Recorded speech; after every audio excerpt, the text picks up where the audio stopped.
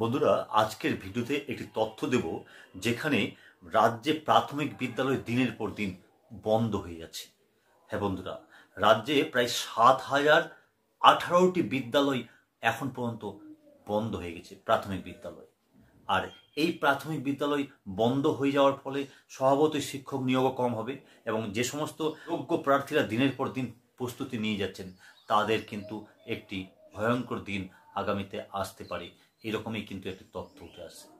হ্যাঁ বন্ধুরা, কেন এই বিদ্যালয়গুলি বন্ধ হয়ে যাচ্ছে সেগুলো আজকের এই ভিডিওতে বলবো, কিন্তু তার সঙ্গে সঙ্গে বলবো যেখানে জনসংখ্যা দিনের পর দিন বৃদ্ধি পাচ্ছে সেখানে এই বিদ্যালয়গুলিতে ছাত্রশূন্য হচ্ছে কেন, তাহলে সেই ছাত্রগুলো কোথায় যাচ্ছে এবং এই বিদ্যালয়ের বন্ধ হয়ে যাওয়ার পেছনে সরকারের কতটা হাত রয়েছে সেগুলো সমস্ত কিছু আজকের এই ভিডিওতে তুলে দেবো।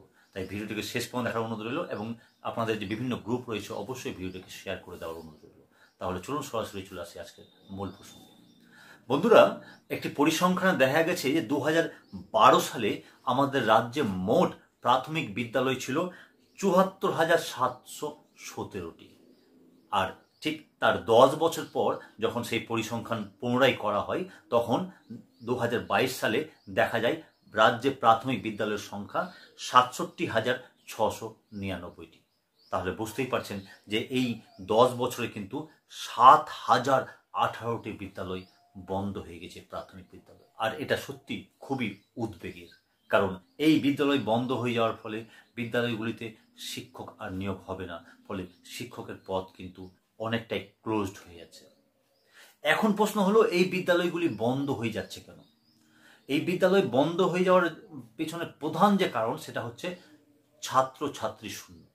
হ্যাঁ বন্ধুরা, ছাত্রছাত্রীরা দিনের পর দিন এই বিদ্যালয়গুলোতে কমতে শুরু করেছিল এবং কমতে কমতে এমন জায়গায় এসে দাঁড়িয়েছিল যে যে বিদ্যালয়ে 3 জন শিক্ষক রয়েছে সেখানে ছাত্রছাত্রীর সংখ্যা 5 জন 7 জন। তাই সরকারও সেই বিদ্যালয়গুলিকে বন্ধ করে সেখানকার শিক্ষকদের সারপ্লাস করে পার্শ্ববর্তী বিদ্যালয়ে ট্রান্সফার করে দিয়েছে। আর স্বভাবতই এটা প্রশ্ন চলে আসে যে যেখানে দিনের পর দিন জনসংখ্যা হু হু করে বৃদ্ধি পাচ্ছে, অর্থাৎ বলতে গেলে জনবিস্ফোরণ হচ্ছে, সেখানে বিদ্যালয়ের ছাত্রছাত্রী কমে যাচ্ছে কেন? এর পিছনে বন্ধুরা আমাদের বর্তমান এডুকেশন সিস্টেম দায়ী। হ্যাঁ বন্ধুরা, প্রাথমিক বিদ্যালয়কে এমনভাবে সরকারের তরফ থেকে ব্যবহার করা হচ্ছে যেখানে পঠন পাঠন গৌণ হয়ে যাচ্ছে, বাকি সব কিছু মুখ্য হয়ে যাচ্ছে। অর্থাৎ বলতে গেলে সমস্ত কাজকর্মই কিন্তু এখন বিদ্যালয়কে দিয়ে করানো হচ্ছে।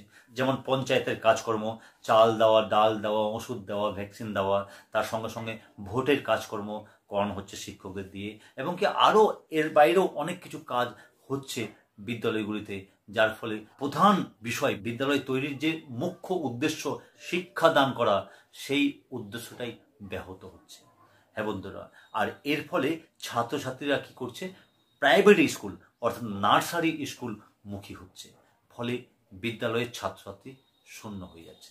আর এগুলোর পিছনে সরকারের কতটা হাত রয়েছে এই বিষয়ে বলতে গেলে অবশ্যই আমাদের বলতে হয় যে হয়তো সরকারও চাইছে যে বিদ্যালয় যদি বন্ধ হয়ে যায় তাহলে সেখানে আমাকে আর শিক্ষক নিয়োগ করতে হবে না, আর শিক্ষক নিয়োগ যদি করতে না হয় তাহলে প্রতি মাসে একটি মোটা অর্থ আমাকে দিতে হবে না, সেই অর্থটা বেঁচে যাবে।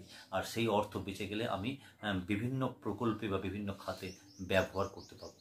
এটা আমার ব্যক্তিগত মনে হয়। আপনাদের এই বিষয়ে কি মনে হয় অবশ্যই কমেন্ট বক্সে কমেন্ট করুন।